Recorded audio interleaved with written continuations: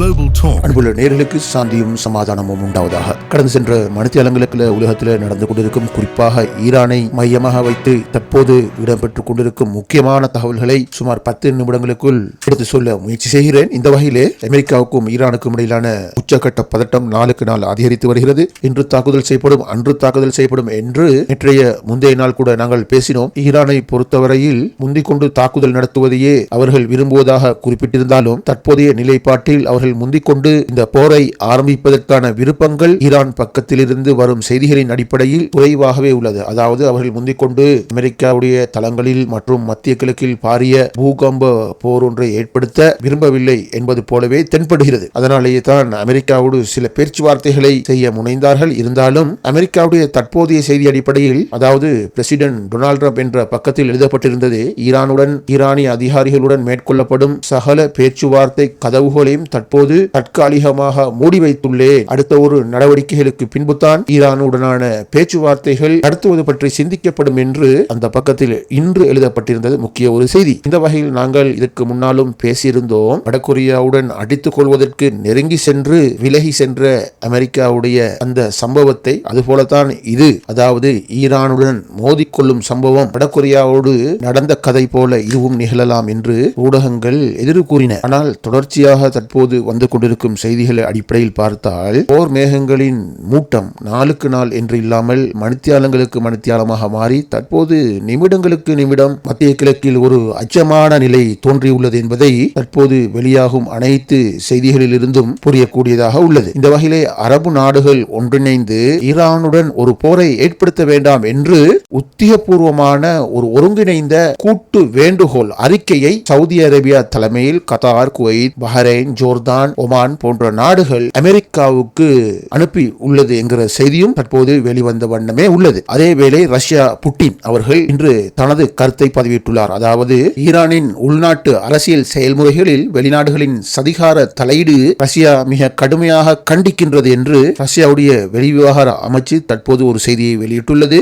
அத்தோடு கத்தார் தற்போது ஒரு முக்கிய தகவலை வெளியிட்டுள்ளது. ஈரான் மீது அமெரிக்கா தாக்குதல் நடத்தும் போது அது மத்திய கிழக்கில் பிராந்தியம் முழுவதும் பேரழிவை ஏற்படுத்தும் ஒரு நிகழ்வாக, ஒரு பெரும் போராக வெடிப்பதை தவிர்க்க முடியாது என்று கத்தார் தனது எச்சரிக்கை ஒலியை விடுத்துள்ளது. இப்படி போர் நடப்பதற்கு முன்னாகவே ஒவ்வொரு நாடுகளும் தங்களுடைய அச்சத்தையும் கவலையையும் பயத்தையும் ஒவ்வொரு வகையில் வெளிப்படுத்திய வண்ணமே உள்ளது. இதற்கு மத்தியில் ஈரான், அதாவது ஈரானிய IRGC ஏவுகணை உயர்படை பிரிவு உச்ச தயார் நிலையில் நிறுத்தப்பட்டுள்ளது என்று செய்திகள் வந்து கொண்டிருக்கின்றது. அதேவேளை மறுபுறம் இஸ்ரேலின் வான் பாதுகாப்பு அமைப்புகளும் தயார் நிலையில் இருந்து கொண்டிருக்கின்றது. பொதுவாக ஈரானுடைய இந்த ஆதிக்க மத்திய கிழக்கில் எழுந்து நிற்பதை, அதாவது ஈரான் ஒரு வல்லாதிக்கமுள்ள நாடாக மாறி நிற்பதை மத்திய கிழக்குள்ள சவுதி அரேபியா, கத்தார், குவைத் எந்த நாடுகளும் விரும்பவில்லை என்று சொன்னா அவங்கெல்லாம் அமெரிக்காவுடைய நக்கிகள். அவர்களுக்கு தெரியும், ஈரான் இந்த வலயத்துக்குள் எழுது நின்றால் தங்களுடைய அரசாட்சி எல்லாம் இல்லாமல் போய்விடும், மக்கள் புரட்சி ஏற்பட்டு அரசாட்சி பறிக்கப்படலாம் என்ற ஒரு பயம் இந்த வளைய நாடுகளுக்கு இருக்கின்றது. ஆகவே ஈரானை எப்படியாவது அமெரிக்காவோடு சேர்ந்து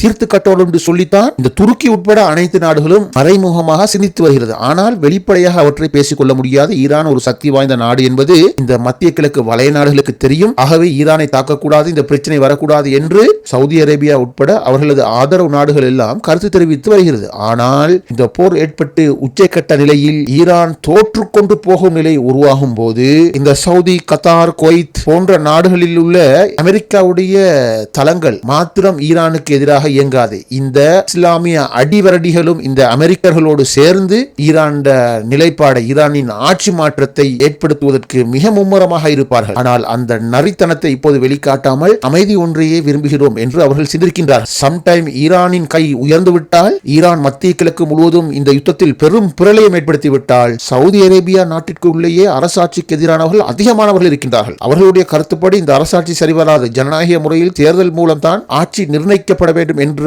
எண்ணப்பாடு உடையவர்கள் அதிகமாக இருக்கின்றார்கள் என்று நாம் எத்தனையோ ஊடகங்களில் வாசிச்சிருக்கின்றோம், கேள்விப்பட்டிருக்கின்றோம். அதுதான் உண்மையாக உள்ளது. இந்த வகையிலே இந்த யுத்தம் ஏற்பட்டு ஈரானுடைய கை பலம் பெறுமானால் இந்த அரபு நாடுகளுக்கு இடையில் மக்கள் கொந்தளிப்பு ஏற்பட்டு இந்த அரச மாளிகைகள், இந்த ஜோர்தானிய, சவுதி அரேபிய, குவைத்திய, பஹ்ரைனிய, கத்தாரிய அரசர்கள் எல்லாம் மாளிகையை விட்டு துரத்தி அடிக்கக்கூடிய சூழ்நிலையை அங்குள்ள மக்கள் ஏற்படுத்தி விடுவார்கள் என்ற அச்சம் அவர்களுக்கு இருந்து கொண்டே இருக்கிறது. இந்த வகையில் தற்போது அரச குடும்பங்கள் எல்லாம் அமெரிக்காவின் பக்கம் நிற்கிறதா அல்லது ஈரானின் பக்கம் இருக்கின்றதா என்று தள்ளாட்டமான நிலையில் மறைமுகமாக அமெரிக்காவின் பக்கம் இருந்து கொண்டு இஸ்லாமிய நாடான ஈரானோடு நாங்கள் நிற்கின்றோம் என்று அவர்கள் செய்து வரும், அவர்கள் வெளியிட்டு வரும் அறிக்கைகள், கருத்துக்கள் போன்றவற்றின் மூலம் தனக்குத்தானே ஒரு ஏமாற்று வேலையை செய்து வருகிறார்கள். இதுதான் மத்திய கிழக்குடைய தற்போதைய அரசியல் அரசாட்சி நிலை என்பது அனைத்து தகவல்களையும் ஒட்டுமொத்தமாக நோக்கும் போது நமக்கு புலனாகிறது. சரி, இது இவ்வாறு இருக்க தற்போது அமெரிக்கா பெரும் மோதலை உருவாக்கப் போகிறார்கள் என்பதற்கான சாட்சிகள், ஆதாரங்கள் வெளிவந்த வண்ணமே உள்ளது. அதேவேளை இந்த செய்தியை வாசித்துக் கொண்டிருக்கும் போது இலங்கையுடைய நியூஸ் ஃபெஸ்ட் சக்தி ஊடகம் செய்தியை வெளியிடுகிறது. ஈரானின் ஆர்ப்பாட்டங்களின் போது பாதுகாப்பு தரப்பினர் உள்ளிட்ட 2000 பேர் இதுவரை உயிரிழந்துள்ளனர் என்று சர்வதேச ஊடகங்கள் செய்தி வெளியிட்டுள்ளதாக இந்த சக்தி நியூஸ் ஃபெஸ்ட் ஊடகம் செய்தி வெளியிடுகிறது. அதேவேளை நான் காலையில் பார்த்தேன், அதாவது டொனால்ட் ட்ரம்புடைய சமூக வலைதளத்தில் ஈரானிய மக்களின் புரட்சி நாளுக்கு நாள் அதிகரித்து வருகிறது, தைரியமாக இருங்கள், விரைவில் எங்களது உதவிகள் உங்களுக்கு வந்து சேரும் என்பது போல டொனால்ட் ட்ரம்புடைய சமூக வலைதள பக்கத்தில் செய்தி வெளியிடப்பட்டிருந்ததும் குறிப்பிடத்தக்கது. அதேவேளை நேற்று அமெரிக்கா வெள்ளை மாளிகை அறிவித்திருந்தது, ஈரான் மீதான தாக்குதல் திட்டம் சம்பந்தமாக சகல ஆவணங்களும் டொனால்ட் ட்ரம்புடைய மேசையில் வைக்கப்பட்டுள்ளது.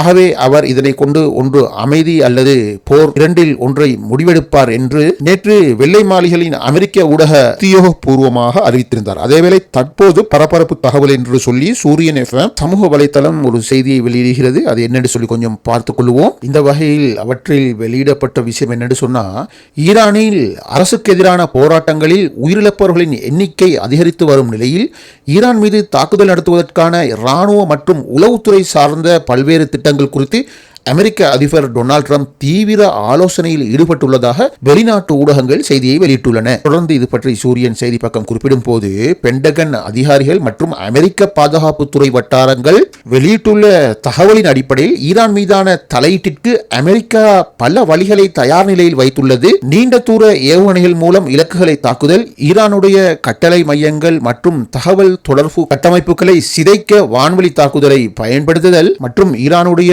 இராணுவ கட்டமைப்புகளையும் தகவல் தொடர்புகளையும் முடக்குவதற்காக சைபர் தாக்குதல்களை முன்னெடுத்தல் போன்ற பல விஷயங்களை அமெரிக்க ராணுவ தரப்பு தற்போது ஆலோசித்து வருவதாக இந்த செய்தி குறிப்பிடுகிறது. இந்த செய்திகளிலிருந்து நாங்க ஒன்ன புரிந்து கொள்ளலாம் சகோதரர்களே, நாம இப்படித்தான் தாக்குதல் நடத்த போறோம் ஒரு ராணுவம் அல்லது ஒரு நாடு அறிவித்தா உண்மையிலேயே அதை செய்வாங்களா அல்லது நம்மளை பயமுறுத்துறாங்களா என்று நமக்கு கொஞ்சம் சிந்திக்க தோன்றுது. ஆகவே இந்த போர் நடக்குமா நடக்காதான்னு இன்று வரையும் கேள்வித்தான். ஆனால் இந்த வெனிசுலா ஜனாதிபதி சம்பந்தமான விஷயம் தற்போது என்னுடைய மேசையில தான் இருக்குது. வெனிசுலா சம்பந்தமாக விரைவில் நடவடிக்கை எடுப்பேன் என்று சொல்லி டொனால்ட் ட்ரம்ப் கூறிய பின்பு வெனிசுலா ஜனாதிபதியை நாடு கடத்தியது போன்ற செய்திகள் எல்லாம் அமெரிக்கா செஞ்சது. ஆனா வெனிசுலா போல நாடு அல்ல ஈரான். இன்று வரையும் ஒரு சந்தேகம் உள்ளது. இருந்தாலும் இந்த டொனால்ட் ட்ரம்ப் போது தெளிவான ஒரு மனிதர் இல்லை என்பது எல்லாருக்கும் தெரியும். ஏன்னு சொன்னா இப்ப கரண்ட் சிச்சுவேஷன்ல உங்களுக்கு தெரியும், ஒவ்வொரு நாளும் லட்சக்கணக்கான லிட்டர் எண்ணெய்களை சீனா வெனிசுலாவோடு செய்து கொண்ட ஒப்பந்தத்தின் அடிப்படையில், அதாவது முதலீடு அடிப்படையில் வெனிசுலாவில் இருந்து சீனாவே வந்து வெனிசுலாவில் ஆயில் ஏற்றிக்கொண்டு சீனாவுக்கு பயணிப்பான். ஆனால் இப்போது அமெரிக்காவின் இந்த கெடுபிடிகளால் முழு சீனாவுடைய முதலீடும் இன்று கேள்விக்குறியாகிவிட்டது. குறிப்பாக நேற்று இரவு, அதாவது இலங்கையில இரவு என்ற அமெரிக்காவில் பகல், அந்த போது அமெரிக்கா தற்போது வெனிசுலாவுடைய அனைத்து பெட்ரோல் வளங்களுக்கும் அமெரிக்காவே அதிகாரம் பெற்றவர்கள் என்று கையொப்பமிட்டதாக இன்று காலை வேளையிலேயே பல ஊடகங்கள் செய்தியை வெளியிட்டது. அதாவது பாதி உலகம் நித்திரையில் இருக்கிற நேரத்தில் அமெரிக்காவின் பக்கம் பகல். அந்த நேரத்தில் வெனிசுலாட்ட எதை வாங்கணுமோ அந்த கையொப்பத்தை தற்போது வாங்கி எடுத்துட்டான் அமெரிக்கா. ஆகவே தற்போதைய நிலைமையில சீனா, ரஷ்யாவோட எண்ணெய் கப்பல்கள் தடுக்கப்பட்டது உங்களுக்கு தெரியும். இந்த வகையில அமெரிக்காவுக்கு எதிராக இந்த சீனா, ரஷ்யாவெல்லாம் தற்போது கொதித்துக் கொண்டிருக்கும் நிலையில் ஈரானை இந்த அமெரிக்கா தாக்குவானா என்ற ஒரு கேள்வி எழுந்து கொண்டே இருக்கின்றது. இதெல்லாம் கடுமையான பயமுறுத்தல் என்பது போலதான் சில ஊடகங்கள் செய்தியை வெளியிடுகிறது. சம்டைம் ஈரான் மீது தாக்குதல் ஆரம்பித்தான் வச்சுக்கொள்ளுங்களேன். ஏற்கனவே சீனா சொல்லிவிட்டது, முழு எங்களுடைய தொழில்நுட்ப உதவிகளும் ஈரானுக்கு அனுப்பப்படும் என்று அமெரிக்காவுக்கு எதிராக வெளிப்படையாக சீனா சொன்னது. அதே போல ரஷ்யா அமெரிக்கா மீது கடும் கோபத்தில் உள்ளது. சம்பவம் உங்களுக்கு தெரியும். ஆகவே நடக்கும் இந்த சகல சம்பவங்களையும் வைத்து அடுத்தது என்ன நடக்கப் போகிறது என்பது, அதாவது ஈரான் மீது தாக்குதல் நடத்துவது அல்லது தாக்குதல் நடத்தாமல் விடுவது 50-50 என்ற ஒரு விகிதம் தான் தற்போது உள்ளது. இந்த வகையில் இந்த சூரியன் FM மேலும் இந்த செய்தியை சொல்லும் போது இவ்வாறு குறிப்பிடுகிறது. அதாவது அமெரிக்கா குடிமக்கள் உடனடியாக ஈரானை விட்டு வெளியேறுமாறு எச்சரிக்கை விடுக்கப்பட்டுள்ளனர். தேவைப்பட்டால் அமெரிக்க அதிபர் ராணுவத்தை பயன்படுத்த பயப்பட மாட்டார், அஞ்ச மாட்டார் என வெள்ளை மாளிகை ஊடக செயலாளர் கரோலின் லேவிட் எச்சரிக்கை விடுத்துள்ளதாக இந்த சூரியன் எஃப்எம் செய்திகள் தெரிவிக்கின்றது. இந்த முழு செய்தியையும் பார்க்கும்போது உங்களுக்கு ஒரு தெளிவு பெற்றிருக்கும், இந்த போர் நடக்குமா நடக்காதா என்று. இருந்தாலும் நடக்கக்கூடிய வாய்ப்புகள் உள்ளது என்று சில விஷயங்களை பார்த்தால், அதாவது பார்த்து யூகிக்கக்கூடியதாக உள்ளது. அதாவது அமெரிக்கா தற்போது ஈரானை சுற்றி பெரியதொரு வட்டத்தை அமைத்து விட்டது என்று தகவல்கள் வெளிவருகிறது. அதாவது ஈரான் மற்றும் அதனை ஒட்டியுள்ள பகுதிகளில் அமெரிக்க ராணுவ விமானங்கள் சந்தேகத்துக்குரிய மாதிரி தொடர்ச்சியாக நடமாட்டங்கள் செய்து வருவதை ஈரான் அவதானித்து வருகிறது. அந்த வகையிலே ஆகாய மார்க்கமான விமான பயண பாதை புகைப்படங்களை எடுத்து ஆராயும் போது அமெரிக்காவுடைய கடற்படைக்கு சொந்தமான போயிங் P-8A விமானம், அதாவது இந்த விமானம் என்னென்று சொன்னா, அதாவது நீர்மூழ்கி கப்பல்கள் கடலுக்கு அடியில் உள்ளதா, அங்கு அதாவது நீர்மூழ்கி கப்பல்களுக்கு ஏவுகணைகள் எல்லாம் உள்ளதா என்பதை உளவு பார்க்கிற விமானம். இந்த விமானம் தற்போது என்ன செய்துன்னு சொன்னா, 20,000 அடி உயரத்தில் ஈரான் UAE அண்டித்த ஹோர்முஸ் நீரிணையில் பறந்து திரிவதை அவ்வப்போது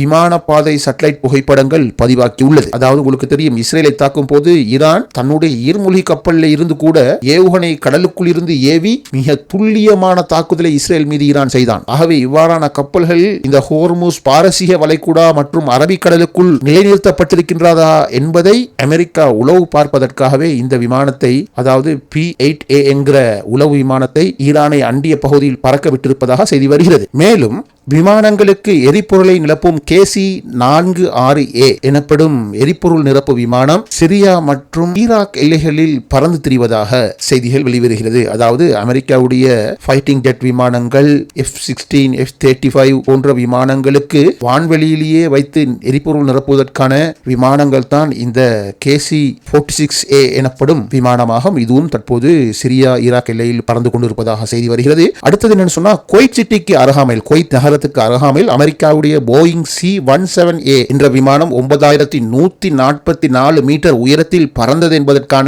சேட்டலைட் பதிவுகள் வந்துள்ளது. இந்த விமானத்துடைய வேலை என்னன்னு சொன்னா, ராணுவத்துக்கு தேவையான ஆயுதங்கள், சரக்குகளை கொண்டு வருவது. அதாவது யுத்த டாங்கிகள், ஹெலிகாப்டர்கள், நூற்றுக்கணக்கான வீரர்களை சுமந்து செல்லக்கூடிய திறன் பெற்றது தான் இந்த விமானம். இந்த வகையிலே குவைத்தில் காணப்படக்கூடிய அமெரிக்காவுடைய தளங்களுக்கு இந்த விமானம் ராணுவ தளபாடங்கள் மற்றும் ராணுவங்களை சப்ளை செய்து வருவதற்கான ஆதாரமாக இது காணப்படுகிறது. அதுவும் எப்படின்னு சொன்னா, ஐரோப்பாவுடைய அமெரிக்காவுடைய நிலையங்களில் இருந்து இந்த குவைத்தில் காணப்படக்கூடிய அமெரிக்க தளங்களுக்கு ராணுவ தளபாடங்களை இடமாற்றும் சப்ளை பண்ற வேலை நடந்து கொண்டிருப்பதாகத்தான் இந்த செய்தி குறிப்பிடுகிறது. இதை பற்றி சில ஊடகங்கள் சொல்லும் போது இது ஒரு போர் பயிற்சியாகவும் இருக்கும் அப்படின்ற எழுதுகிற ஊடகங்களும் உண்டு. ஆனால் இது ஒரு சாதாரணமான விஷயமாக ஈரான் இதனை உற்று நோக்கவில்லை என்று ஈரானிய தகவல்கள் மேற்படிய உளவுகளை தெளிவாக எடுத்துக்காட்டி விவரிக்கிறது. இந்த தரவுகளின் அடிப்படையில் தற்போது ஈரானில் உள்ள அனைத்து ராணுவங்களும் ராணுவ தளங்களும் ஹை அலர்ட், உயர் எச்சரிக்கையுடன் வைக்கப்பட்டிருப்பதாக செய்திகள் வெளிவந்து கொண்டிருக்கின்றது. இதுதான் சகோதரரே கரண்டான தற்போது வெளிவந்து கொண்டிருக்க இன்றைய செய்தி. நேரம் கிடைத்தால் மறுமுறை இன்றே அடுத்த செய்திகளையும் தருவதற்கு முயற்சி செய்கின்றேன். இன்ஷா அல்லாஹ் மீண்டும் சந்திப்போம். இது குளோபல் நூலகத்துடைய குளோபல் டாக் நிகழ்ச்சி.